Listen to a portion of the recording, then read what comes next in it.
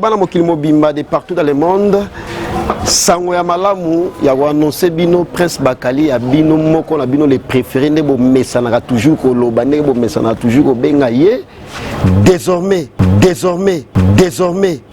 bah, information sûre, fiable, politique, socio-culturelle, Prince Bakali Azawana pour na bino. Désormais chez les Amoko. J-Info TV, des places pour vos informations sûres avec les vôtres et l'espoir de la presse, Prince Bakali. Ndega vous allez désuiter, na musala nanga, ndega vous sepelaka, na ba dièse on a wana. Franchement, vous allez désuiter na chaîne na bino moko. Parce que tu vends y moi trop. Tobino. Il faut J-Info TV et IA. Notre merci pour votre attention soutenue. Nous sommes J-Info TV ensemble avec les vôtres Prince Bakali, appelé autrement l'espoir de la presse. Vous m'avez connu certainement de l'autre côté. Désormais, je suis bel et bien sûr J-Info TV. Place pour vos informations fiables, place pour vos informations socio-culturelles, politiques, bien évidemment aussi également. Et une façon aussi de faire le travail avec toute intelligence, avec toute sagesse aussi également. Merci à toi. Héros dans l'ombre parce que moi na soso solo ba keba maman na rosa na sena yona merci à Willy Mouché Nicoda Mboka, merci maman Emiline Zemba, tous pepele Mbetolo, merci à toi, merci Doré Mayani, la française la plus belle, merci la plus belle. Il y a la française, tous c'est Doré Mayani, merci à toi. Et fidèles internautes, je ne vais pas y aller plus loin, ça pour autant. Vous informez déjà que l'artiste ministère Papi Kakol qui évolue bel et bien au sein du groupe Maison Mère, l'orchestre cher à Wiranson, Igou de la Forêt, s'est envolé pour les États-Unis d'Amérique ensemble avec sa femme. Alors on va épingler un tout petit peu, on va ouvrir la parenthèse concernant cet artiste musicien qui est en voyage parce que tout le monde en parle concernant cet artiste musicien.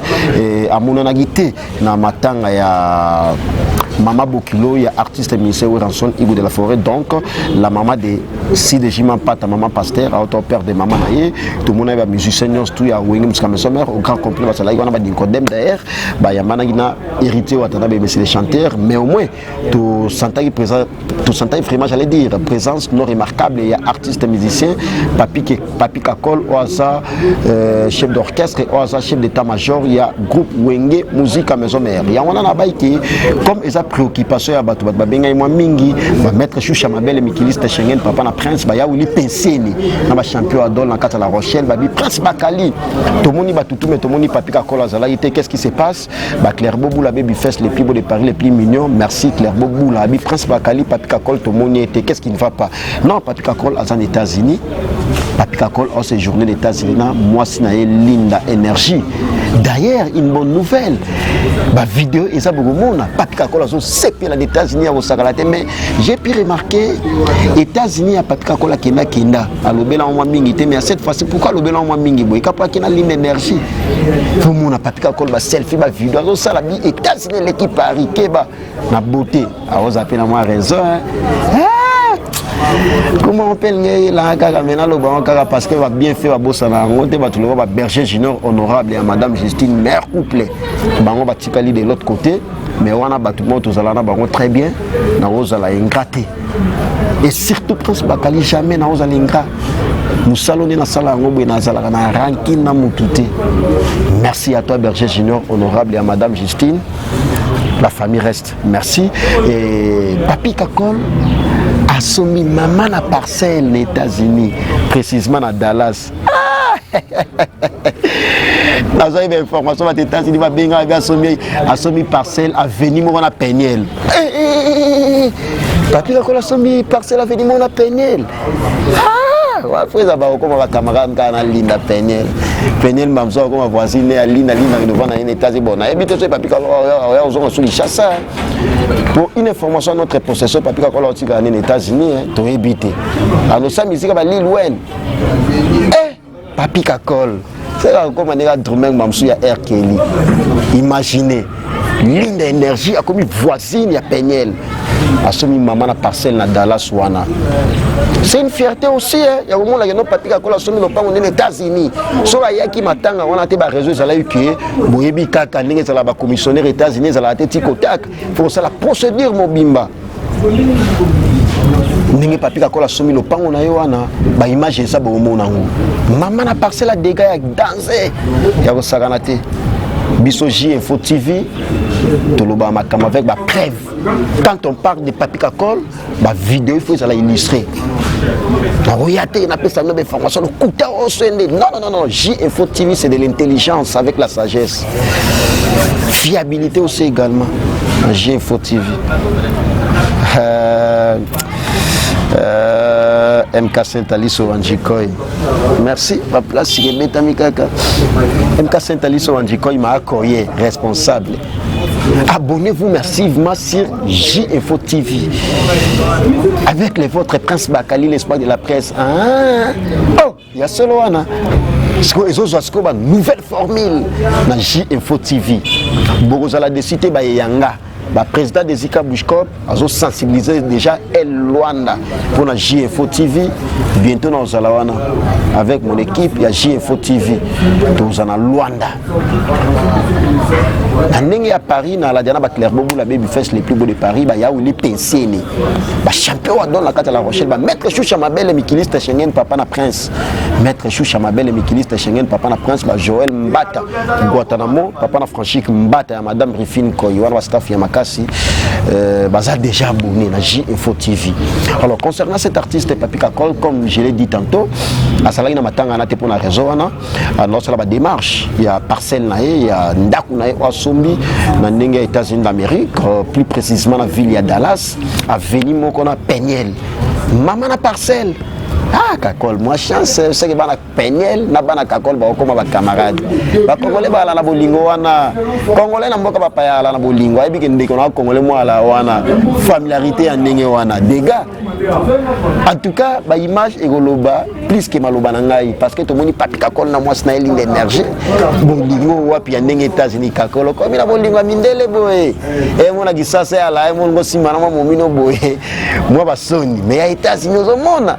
Et puis Papi Kakol a choisi que maman l'église va prier l'église à Kuna. Na bossa na ndé autour na habiter sur les catholiques ou église de réveil. Pour ça là qu'il y a certaines images ba uta qui église. Ba tambola na ba savourer États-Unis. Ah Kakol, tu qui maison mère. Bon non remplacer na Douma ndenge wana yom to yana ba neuf yang. Papi Kakol. Donc désormais Papi Kakol a soumis dans le plan aux États-Unis. Ba image na la Sabino yango mais avant de suivre ces images de l'artiste émissaire Papi Kakol qui évolue bel et bien au sein du groupe Mwenge Musika Maison Mère, leur frère c'est cher à Ranson, Igwe de la Forêt. D'ailleurs, j'ai dédié cette image, ces images, j'allais dire, à Yaouli Moucheni Kodamboka, à Mamé Milin Zemba, tous peuplés Mbeto, les mystérieux Viking Mélanie, Papa Namiaki Kimberly Beverly, Viking Mélanie avec force, Tonton Tiamouna Palace, Doré Mayani, la plus suspecte, la plus belle, et puis Monique Bambi, l'américaine la plus suspecte. Ah, Monique Bambi, Boni Basango ya Costa Mubenga, parce que l'anniversaire n'est pas le 6 février. Costa Mubenga, ndeko ya Monique Bambi, l'américaine la plus suspecte, dans les États-Unis, voisine à Papi Kakol aussi. Quelle belle coïncidence! Alors suivez ces images, je vous retrouve après ces images, j'allais dire, pour boucler la boucle. Suivez ceci.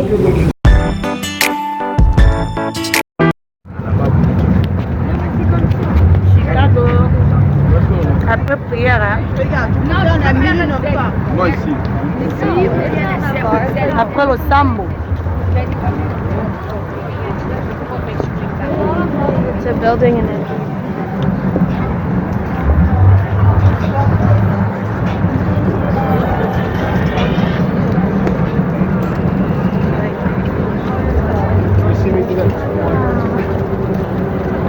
Sans mon trou. Aux États-Unis, na kosimo. Oh nande lola. Soyez awa au comprendre. Oh na ba pari ko mega ngote. Ya za likolo. Américaine. Le sakana. Ah somo. Oh moka ya Donald Trump.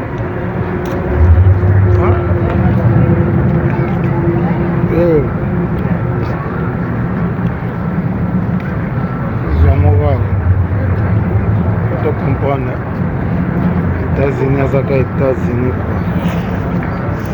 Yes. c'est pesemeli yo te nzela ti mokolo ekopesemela yo pour comprendre quoi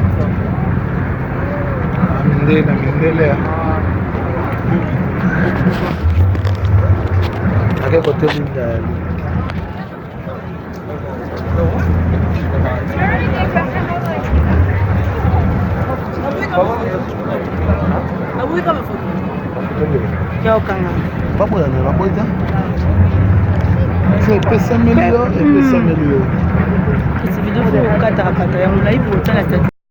ouais nayebisi yo mboka ngo kaka boye ifo kolia ifo kosala tu nayebisi yo moye te toza sikoyo na macdo yebi ye moko odilema nzaka mwasi nde nzambe elize bokotakota skin so naomona bapeti nanga bachanteur makasi lokola badinara naomona bachanteur makasi lokola banicodeme nazomona bachanteur makasi lokola baza ebele kwa donc yango nde makambo bacafé room ozomona penake makambo eza wana donc napesi bino bambote ya tro nde boza wana nga nazoliaka bambourger wana na macdonald wana big mag wana bamindele aza mindele donc c'est ça makambo na moto te esi bino bosoku victor bosoku efate sokule eso bambote ya tro bosani te angelos defwa te mwana mobali pembe angelos napesi bambote ya tro koto ozali nabosani te koza ebele soki nazotala gauche droite tozolema banani napesi bino bambote koyeba kaka rendez-vous le 21 na bisasa basket asika clipa kitoko bokocomprendre merci beaucoup toa mpe na pitumbo eza pichumbongo des États-Unis ye wana eza pichumbongo en direct anniversaire defa te esimbi wo président sai président du président sai boss na bango nyonso yebi Simon le président sai check esobe tobosani te président sobe la vie esobe phénomène kitoko. Merci fidèles internautes, je crois bien bon tout à l'heure image on a J-Info TV ensemble avec les votre prince Bakali l'espoir de la presse né dans le baïka qui Busotoloba avec ma preuve à l'appui pour monde image on a Papi Kakol ensemble avec Linda Énergie. Mais là on a certainement beaucoup plus dans mon image non Kakol a honoré moi snaé comme ça la déplacement mon bembo à kita Kinshasa au des États-Unis d'Amérique et c'est pas immense affaire et puis au somba maman a parlé qu'on a ils ont facilité. Félicitations à toi Papi Kakol, c'est bon de la machine chef d'orchestre. L'artiste est complet. Merci, félicitations à toi. Et Biso J-Info TV, tout ça pour que tu me un peu comme ça la découverte. Tout là ça a une image importante pour la bino aussi également et non la futilité. Bon mon image à Papi Kakol en direct des États-Unis d'Amérique. Merci pour la confiance na bino. Merci pour la soutien na bino indéfectible. Merci pour la attention na bino soutenir aussi également. Biso J-Info TV, tout ça pour que tu servir bino kaka. Ensemble avec les vôtres, les préférés, l'espoir de la presse, Prince Bakali, l'espoir de la presse. Je vous insiste, chaîne examen qu'on a mis où il me met nos actualités à fiabilité, actualité moko où ils ont très bien traité, information bien recadrée. Avec les vôtres Prince Bakali sur J-Info TV. En tout cas, bon s'abonner kaka. Donc cette fois-ci, vous allez désuiter. Avec J-Info TV, bon, vous avez information à bien et de bonnes choses à toi Papi Kakol, c'est bon la machine, c'était vraiment l'essentiel pour vous montrer que cet artiste musicien qui séjourne aux États-Unis d'Amérique ensemble avec sa femme Linda Mondele Énergie. Faut mon soupe pour soi Linda nenge komi. Poto zaga poto Doré Mayani la française. Faut mon pour soi Linda Énergie. Linda komisu ndele. États-Unis zaka États-Unis kakona Linda ba la mai mona Donald Trump. Et puis ndeba komisu voisine voisin ya Peñel boy. Na mona gande Fenen mamsando ya olamba nega kuna Shelinda balali na bamba ponge mwali na epe président ka papika ko takanda wana papika ko la kuna na mwasne pinda kwa munene boy. Ça ba chambre mso eza vide. Non c'est la gars ya boy peut-être on négocie tianga tama un moment boy kuna ninga kuna. J-Info TV de la merveille on continue toujours à s'abonner sur notre chaîne d'actualité et d'information la véritable J-Info TV avec le votre Prince Bakali l'espoir de la presse. Merci pour nos partenaires notre héros de l'ombre. Merci. Boss de boss junior constitué hôtel HP sur l'avenue Makanza numéro 10 bis partenaire, merci à toi. Junior Nkosi, grand prêtre HP Hôtel, les gens normes internationales. Merci infiniment à toi, encore une fois de plus, Bayanga. Parce que vous êtes toujours ensemble, la presse Bakali, l'espoir de la presse. Vicky Mélanie à Londres avec force. Joe Lili Atala en chair et annonce Made in London. La sagesse a un nom. Joe Lili Atala en chair et annonce Made in London. Merci à la grande équipe, il y a J-Info TV, parce que tous on a caméraman dynamique pour pondérer les plus suspects. Bah, image à zone, onésime aibi bonzambe au monde ndinga onyoka la ba image te onésime caméraman les plus professionnels les préférés onésime bon mais ça na kombwana parce que ba image de ke bo monde avec impeccabilité nzambe na ngai onésime est-ce que benda idara ketcha moi pepele ba ketcha pembe ba gez mo pembe betamiawa merci pour na bino ba soutien na mine effectif les autres continuent toujours merci pour la image na onésime.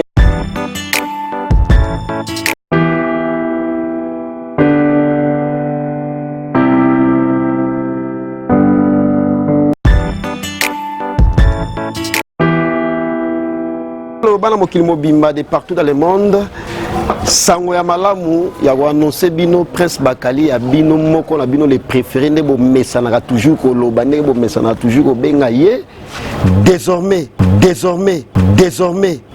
ba information assure fiable politique socio-culturelle Prince Bakali azawana pour na bino désormais chez les Amoko. J-Info TV,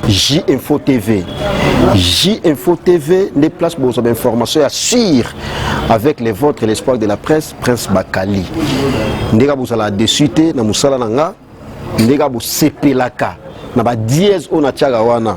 Franchement, vous allez désuiter na chaîne na bino moko parce que tu vanda ipe moi trop. To bino, il faut J-Info TV et ya. Na ba actualité na bino ya bien étant expert en la matière. Donc, na J-Info TV, bon, actualité assure. Non, et indité, biso bongote, biso ezane que capacité intellectualisme et zo sala musala nango siko na J-Info TV, na zo pesa bino siko ba potentialité. Et puis facette mususu ya Prince Bakali, l'espoir de la presse siko na J-Info TV. Bonjour Prince Bakali wana. Politique avec intelligence, socio-culturelle avec intelligence, ndeka boyebi na kotaka partout. Tout nandoki natatiki ngasani makolo pour na J-Info TV. Désormais Prince Bakali l'espoir de la presse les vôtres azao. Ba information assure bonjour yango. Ba matos c'est complet déjà. Ndeka bomo na dia na ozana rapidité na yango parce que na ça complet. J-Info TV nazo insister bo abonné wana bo s'abonner na J-Info TV bo s'abonner na J-Info TV je vous insiste parce que kuna ba information assure et puis fiable et osala avec ba monitoring il y a bien assure il y a goût. Merci beaucoup pour l'abonnement à nos massifs et ça l'a toujours na J-Info TV. Bon, vous allez discuter avec le votre Prince Bakali appelé autrement l'espoir de la presse.